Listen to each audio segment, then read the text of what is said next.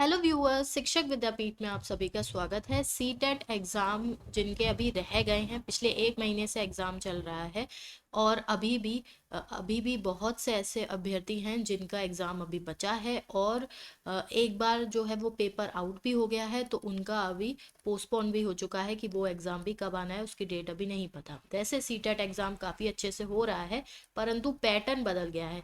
Pattern in the sense questions के आने का पैटर्न बदल गया है।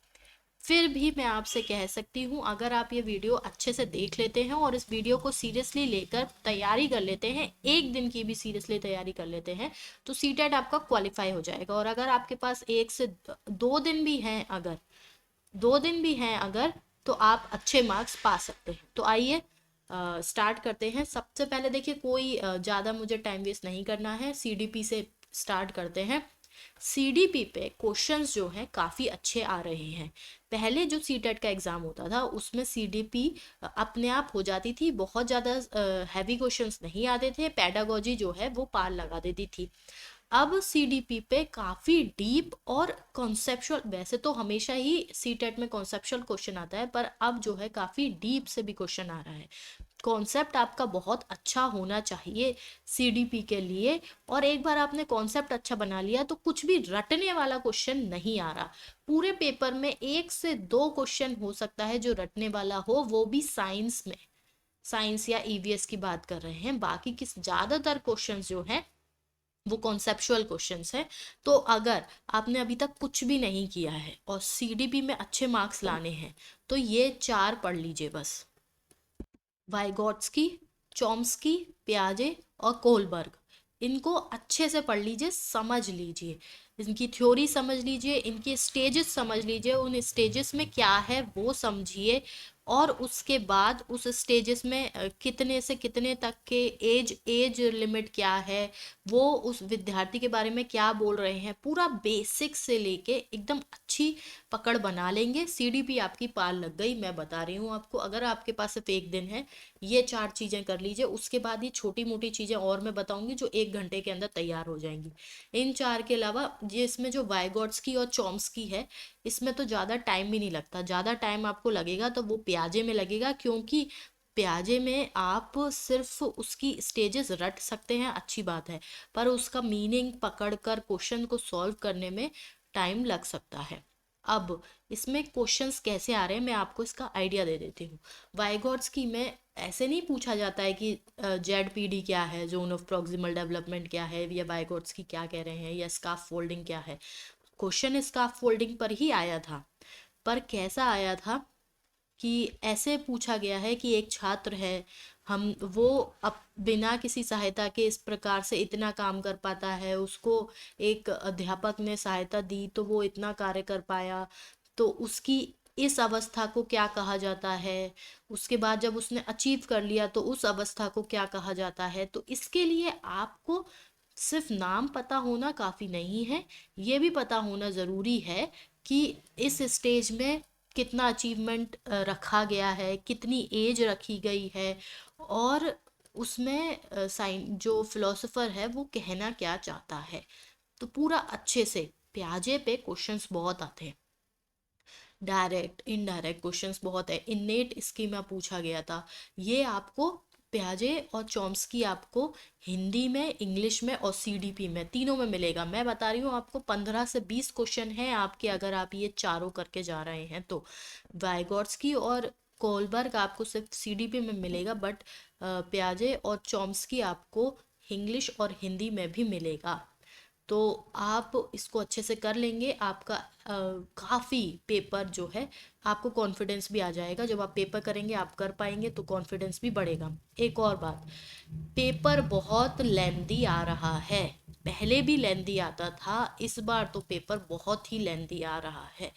तो आपको टाइम मैनेजमेंट करना है, नहीं समझ में आ रहा है तो फिर बाद के लिए मत छोड़िए, लगाइए और आगे बढ़िए, क्योंकि टाइम नहीं होगा कि आप दोबारा आके उस क्वेश्चन को करेंगे। जो भी करना है अभी करना है, जल्दी करना है, क्लॉक वहाँ चल रही होती है, हम मजबूर हो जाते हैं। मेरे साथ खुद ऐसा हो गया कि मुझे बहुत से क्वेश्चन मेरे को बहुत जल्दी जल्दी सरसरी निगाहों से देखकर लगाने पड़े, क्योंकि मुझे पता था कि टाइम मेरा निकल जाएगा।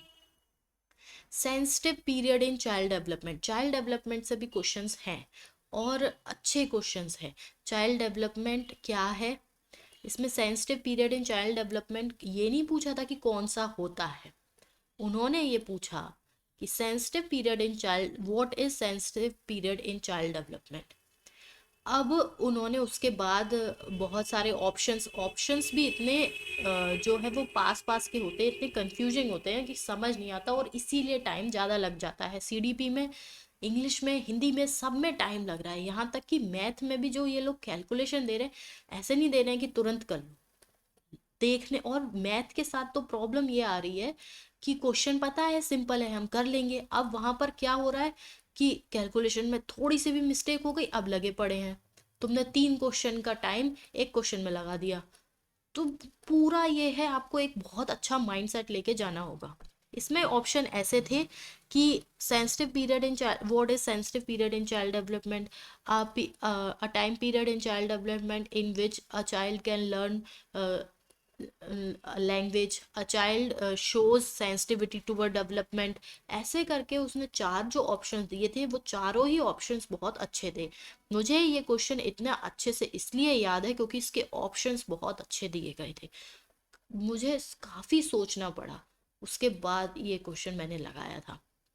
Socio constructive theory. अब देखिए, ये जो पियाजे होता है, एक स्कूल फिलोसफिकल स्कूल पूछा जा रहा है, फिलोसफी का एक स्कूल पूछा जा रहा है।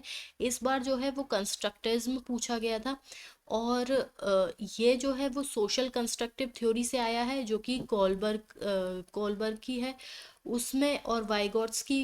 देखिए, इसमें भी बहुत जो है वो पास पास की चीज़ें हैं।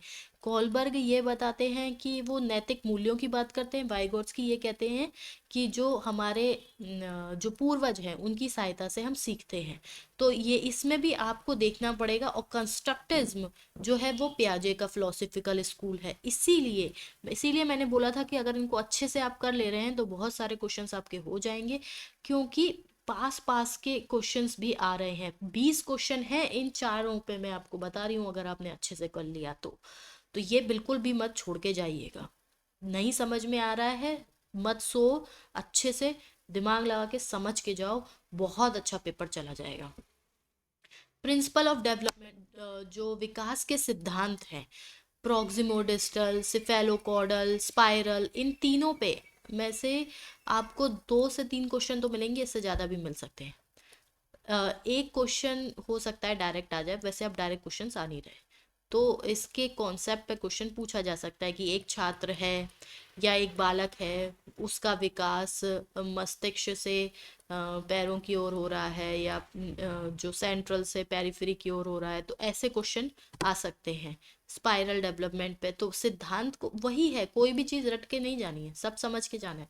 छोटे छोटे से टॉपिक हैं ये, आपके मुश्किल से 10 मिनट लगेंगे, पर आपके 3 क्वेश्चन सही हो जाएंगे। आगे चलते हैं। क्वेश्चन था nervousness and anxiety. Nervousness and anxiety पे क्वेश्चंस आ रहे हैं, 2-3 बार से आ रहे हैं। ये नहीं पूछा जाता है कि नर्वसनेस एंड एंजाइटी क्या है, पूछा ये जा रहा है कि जो नर्वसनेस है उसमें वो विद्यार्थी को किस प्रकार से सहायता कर रही है। ये सीडीपी में भी क्वेश्चन आया था, और उसके बाद हिंदी में भी इस पे क्वेश्चन आया। यहाँ तक कि एक बार तो पैराग्राफ भी आया है नर्वसनेस एंड एंजाइटी पर, कि सहायता करती है, या ये डिसएडवांटेज है या एडवांटेज है। एग्ज़ाम से पहले जो बच्चा घबराता है उसको क्या कहते हैं, एग्ज़ाम एंजाइटी क्या है, ये पूछा जा रहा है। तो नर्वसनेस एंड एंजाइटी का पूरा मीनिंग समझिए, और एग्ज़ाम एंजाइटी को अच्छे से करके जाइए कि ये किस प्रकार से बालक की सहायता करती है और किस प्रकार से उसको हानि पहुंचाती है। बहुत बड़े टॉपिक नहीं है ये, आप अपनी कॉपी में लिखते जाइए, पर आधा घंटा आप इन सब टॉपिक्स को दे देंगे, आपके जो 20 से 25 क्वेश्चन जो हैं वो रखे रखाए मिल जाएंगे आपको 30 में से, सीडीपी के मैं बता रही हूँ। रही बात जेंडर रोल और जेंडर की, एक क्वेश्चन तो आना ही आना है, उससे ऊपर भी आ सकता है जेंडर पे और जेंडर रोल पे। क्वेश्चन ऐसा आया था जब मैंने दिया है पेपर, तो कि जेंडर रोल क्या है, सोशल कंस्ट्रक्टिज्म है, बायोलॉजिकल कंस्ट्रक्शन है, या सोशल कंडीशनिंग है, और ऐसे ही जेंडर पे भी क्वेश्चन आता है। तो इस पे आप आपको ये वाला क्वेश्चन पे तो आपको ज़्यादा कुछ पढ़ने की ज़रूरत भी नहीं है। इस क्वेश्चन का आंसर होता है सोशल कंस्ट्रक्टिज्म है ये। जब जेंडर की बात होती है और जेंडर रोल की बात होती है तो सोशल कंडीशनिंग है। मतलब कि मैं आपको समझाती हूँ। जेंडर में जब बायोलॉजिकल जेंडर जनरली जो सिस पर्सन होता है, सिस और ट्रांस आपको पता होगा, ट्रांस पीपल, सिस पीपल। सिस वो होते हैं जो जिस लिंग के साथ जन्म लेते हैं वो वैसा ही व्यवहार करते हैं। एक लड़की है, उसने लड़की के रूप में जन्म लिया है, वो लड़की की तरह ही फील करती है, तो ये उसका जेंडर हो गया। वैसे ही हो सकता है कि कोई एक लड़का है, उसने जन्म तो लड़के के रूप में लिया है, परंतु वो जो अनुभव कर रहा है, जो उसका मस्तिष्क है, जो उसकी भावनाएं हैं, वो एक स्त्री की तरह है। इनको कहते हैं ट्रांस पीपल। तो जब हमारा जो भावना है और जो हमारा लिंग है वो जब अलग अलग होते हैं तो उन्हें ट्रांस बोला जाता है। इससे ये सिद्ध होता है, और ये बात अब सिद्ध हो चुकी है, कि जो जेंडर है वो बायोलॉजिकल नहीं है। हो सकता है कि कोई एक लड़की पुरुष की तरह अनुभव करे और कोई पुरुष स्त्री की तरह अनुभव करे, और उसके बाद वो अपनी इच्छा अनुसार जो है वो जेंडर रिवर्सल कराते हैं। तो यही बात हुई, ये होते हैं ट्रांस पीपल। इसीलिए अब आप एक बात को गांठ बांध के याद कर लीजिए कि gender is not a biological rule. जो जेंडर है वो कंस्ट्रक्शन जो है जेंडर का, वो असाइन करता है क्या? समाज। समाज ने बना दिया है कि ये स्त्री है, ये पुरुष है, बायोलॉजिकली ये नहीं है। जेंडर रोल वो होता है कि पुरुष जो है वो बाहर जाके काम करेगा, स्त्री जो है वो घर का काम करेगी। इसे कहते हैं जेंडर रोल। ये सोशली नहीं है, हर जगह नहीं है। जो इंडिया है, हम इंडिया की ही बात कर ले तो नॉर्थ ईस्ट में बहुत से ऐसे राज्य हैं, मेघालय है, नागालैंड है, जहाँ पर स्त्रियां डोमिनेट करती हैं, पुरुष नहीं करते हैं। तो इस प्रकार से हम ये बोल सकते हैं कि जो जेंडर रोल है वो सोशली बनाया नहीं गया है, सोशली कंडीशनिंग करी गई है, हमें बताया गया है, पर ये यूनिवर्सल नहीं है। इसीलिए जेंडर रोल को सोशल कंस्ट्रक्टिज्म में नहीं, सोशल कंडीशनिंग में रखा जाएगा। आपका 2 क्वेश्चन पूरे हो चुके हैं, सिर्फ अगर आपने ध्यान से सुन लिया होगा तो। कंस्ट्रक्टिज्म से क्वेश्चन आ रहा है, एक फिलोसफिकल स्कूल पूछ रहे हैं ये लोग, और इस बार कंस्ट्रक्टिज्म पूछा गया है। ये पियाजे का कुछ जो पियाजे का फिलोसफिकल स्कूल है, इसका मतलब ये होता है कि वो कैसे संज्ञानात्मक रूप से सीख के समायोजन करता है, अडप्टेशन करता है। नॉलेज ट्रांसफर से बहुत क्वेश्चन आ रहा है।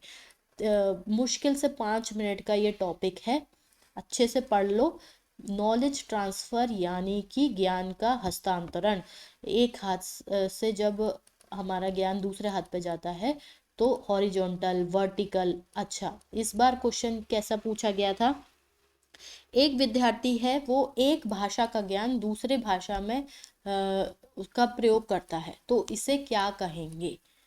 तो अब हॉरिजॉन्टल और वर्टिकल ही नहीं पूछा जा रहा है। नॉलेज ट्रांसफ़र 5 मिनट इसको दे दीजिएगा आप लोग। मल्टीपल इंटेलिजेंस हर बार आ रहा है ये टॉपिक।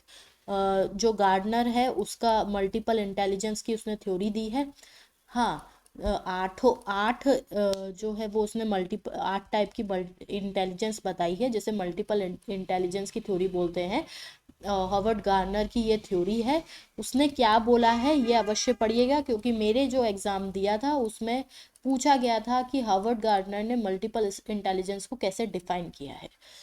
तो इस पे ये सारे टॉपिक आपके आधे घंटे के हैं, अच्छे से कर लेंगे, एक्स्ट्रा मार्क्स मिल जाएंगे आपको। एडीडी, एडीएचडी और ऑटिज्म क्वेश्चन भर भर का आ रहा है, भर भर के आ रहा है। ईवीएस में पूछ रहे हैं, इंग्लिश में पूछ रहे हैं, हिंदी में पूछ रहे हैं, और सीडीपी में तो पूछ ही रहे हैं, प्राइमरी जूनियर दोनों में। एडीएच मतलब कि anxiety deficit hyper active disorder, मतलब कि इस पे ये नहीं पूछते हैं कि ये डिसऑर्डर क्या है। ऐसे पूछा जाता है कि विद्यार्थी है वो शांत नहीं बैठ पा रहा है, या फिर जो रिजल्ट है, परिणाम है, उसकी प्रतीक्षा नहीं कर पा रहा है। ये किससे ये छात्र किस प्रकार का लक्षण दिखा रहा है, ऐसे करके पूछ रहे हैं। ऑटिज्म से भी ऐसे पूछा गया था कि एक शिक्षिका है, वो छात्रों को पढ़ा रही है जो कम्युनिकेशन है, संवाद संप्रेषण के टीएलएम से। तो वो किन किन विद्यार्थियों को, किस किस विकार के विद्यार्थियों को सहायता करेगा। उसमें ऑटिज्म था, मूकवाद था, इस तरह से डिस्प्लेक्सिया था। तो ऐसे क्वेश्चन आ रहा है, आप इसको ये समझ लीजिए कि ये क्या होता है। इसके अंदर जो विद्यार्थी है वो किस प्रकार के अनुभव करता है, ये किस प्रकार का विकार है, किस प्रकार का डिसऑर्डर है, उसे कैसे दूर कर सकते हैं, या इसमें इसके विद्यार्थियों को किस प्रकार से सहायता कर सकते हैं। पढ़ना आपको सब कुछ पड़ेगा, समझ के पढ़ना पड़ेगा, रट के कुछ नहीं जाना है, ये भी एक अच्छी बात है। उसके बाद कक्षा में शिक्षा का स्तर पे क्वेश्चन आ रहा है, प्राइमरी जूनियर दोनों में आ रहा है। बस ये है कि उस प्रकार से प्रश्न का लेवल बढ़ जाता है। तो कक्षा का शिक्षा का स्तर का मतलब है कि एक शिक्षिका है, वो पढ़ा रही है, विज्ञान के बारे में पढ़ा रही है, तो उसे किस लिमिट तक पढ़ाना चाहिए ये पूछ लेंगे। उस टॉपिक में आप उसको क्या पढ़ाना चाहिए, किस प्रकार पढ़ाना चाहिए, पिक्चर्स के साथ पढ़ा रही है तो कौन सी क्लास को हेल्प करेगा। जैसे फील्ड ट्रिप है, म्यूज़ियम है, ये कब पढ़ाना चाहिए।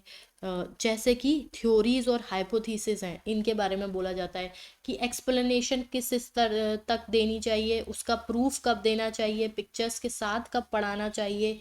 ऐसे क्वेश्चन आएंगे, 3-4 क्वेश्चन समझ लीजिए एक बार, काम हो गया आपका। सीडीपी आपकी तैयार है। इंग्लिश में टाइम मत वेस्ट करना, जो मैं बता रही हूँ इसके अलावा कुछ मत करना। एंटोनिम सिनोनिम देखिए, इंग्लिश इतना बड़ा पेपर आ रहा है, इंग्लिश का बहुत टाइम लेके जा रहा है। इंग्लिश क्यों, इतने बड़े बड़े पैसेज दे रहे हैं ये लोग, 6-6 पैराग्राफ के पैसेज। मैंने पहली बार देखा कि किसी पेपर में 6 पैराग्राफ का ऑनलाइन एग्जाम में इतना बड़ा 2 पैसेज दिए हैं इन्होंने, बहुत बड़ा पैसेज दे रहे हैं। इसकी वजह से टाइम बहुत चला जाता है।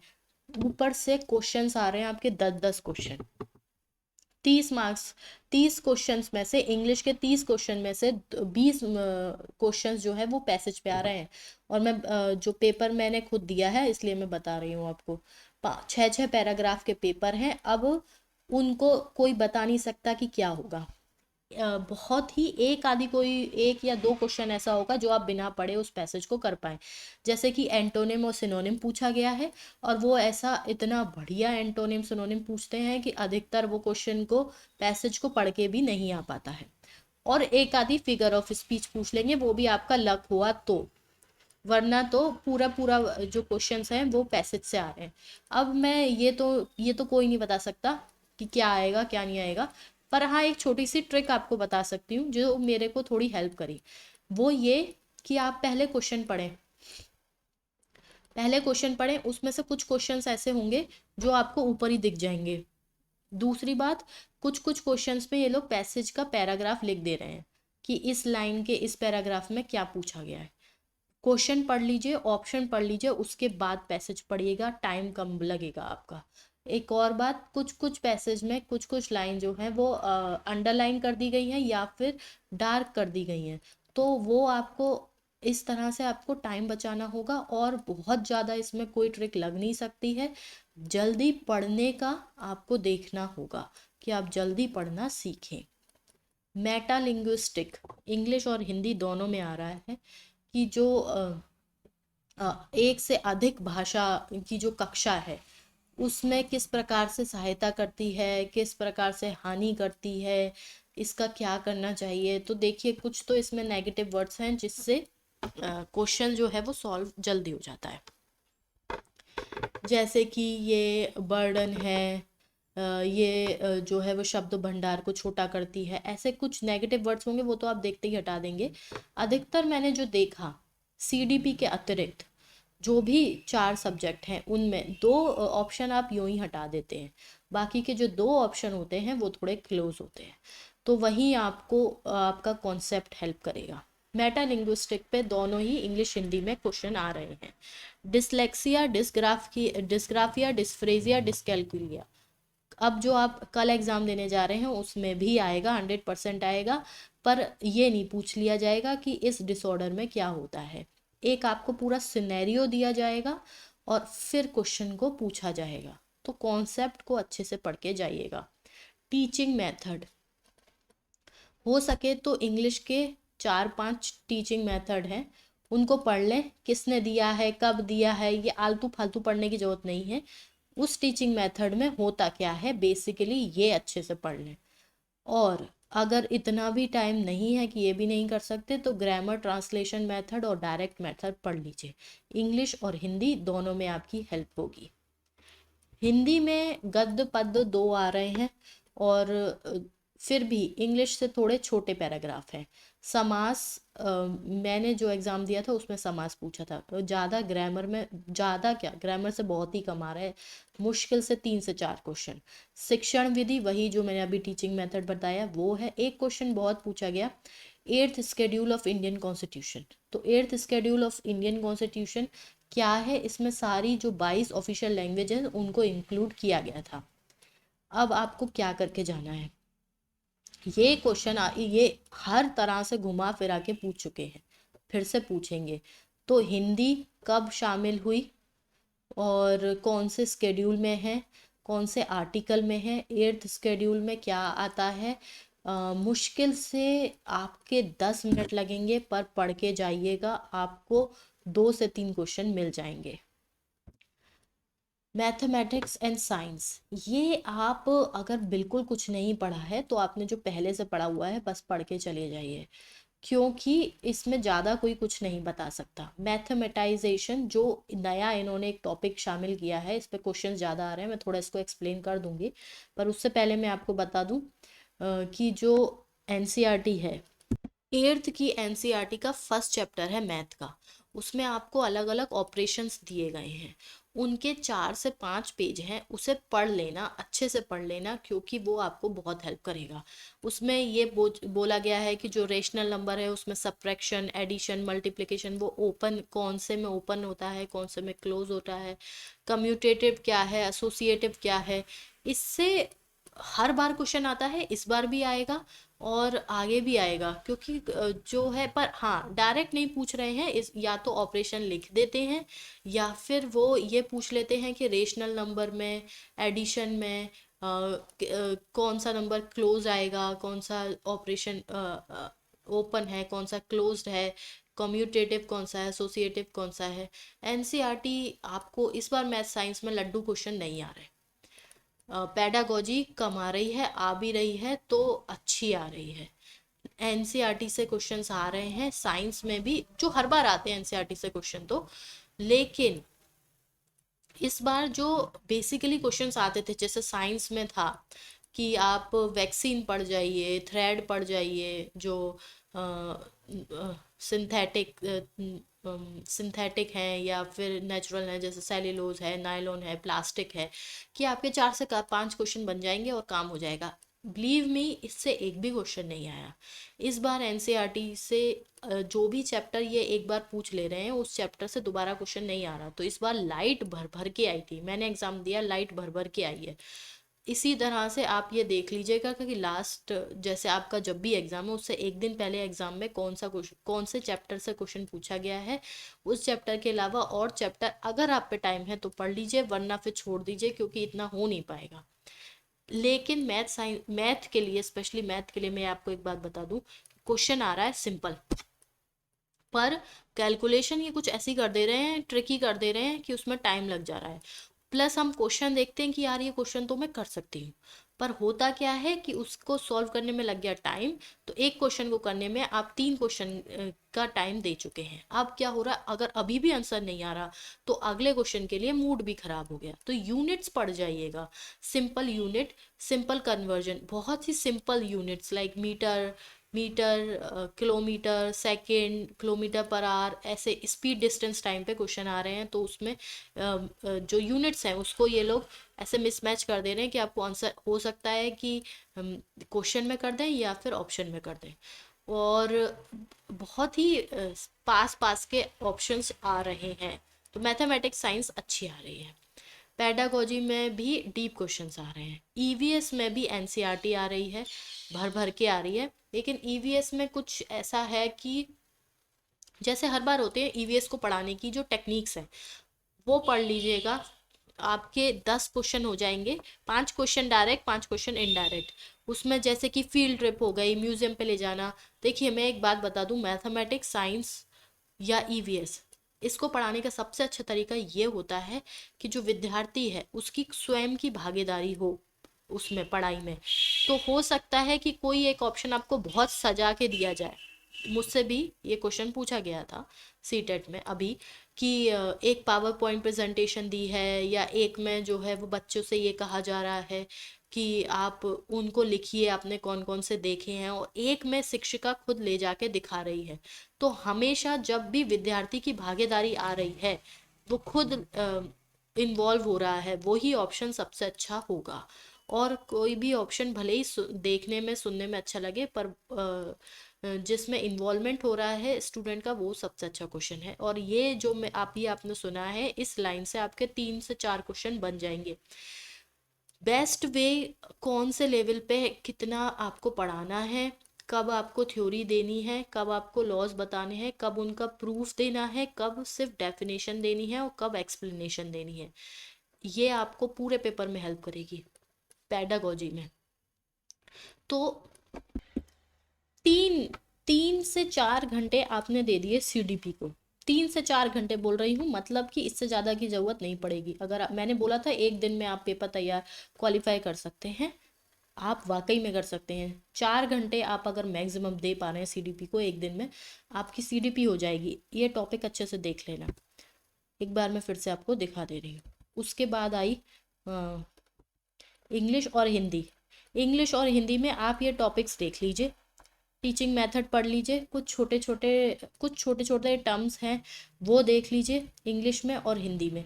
इसके अलावा इनसे आपके वो 10 से 15 क्वेश्चन हो जाएंगे जो पैसेज के बाहर आ रहे हैं। बाकी आपका उस टाइम पे कितना कंसंट्रेशन है और कितनी जल्दी एफिशिएंसी है आपकी, उस हिसाब से काम करेंगे। एक दिन में इससे ज़्यादा कुछ नहीं हो सकता है। तो बेसिकली ये आपको मुश्किल से आधा आधा घंटा इंग्लिश और हिंदी पे देना है। इंग्लिश पे आधा घंटा, हिंदी पे आधा घंटा।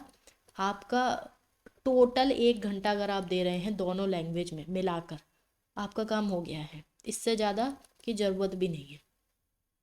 ये हो गए आपके 5 घंटे मैथमेटिक्स एंड साइंस। अब आपके पास अगर मैथमेटिक्स को आप 2 घंटे दे रहे हैं, साइंस को 1 घंटे दे रहे हैं, ये हो गया आपका जूनियर का पेपर। और 1 घंटा ईवीएस को दे रहे हैं, ये हो गया आपका ईवीएस का पेपर। हो गए आपके 8 घंटे। आप एक दिन में 8 घंटे दे सकते हैं जब आपका दूसरे दिन एग्ज़ाम हो।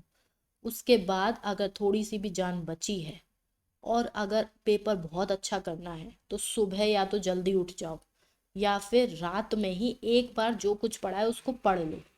बस इतना कर जाओ, पेपर आपका क्वालिफाई नहीं बहुत अच्छा होगा। और 2 दिन है ना, तो बहुत सोने पे सुहागा है, आप पे बहुत टाइम है। अगर 2 दिन है तो बस ये मान लो कि पढ़ना है।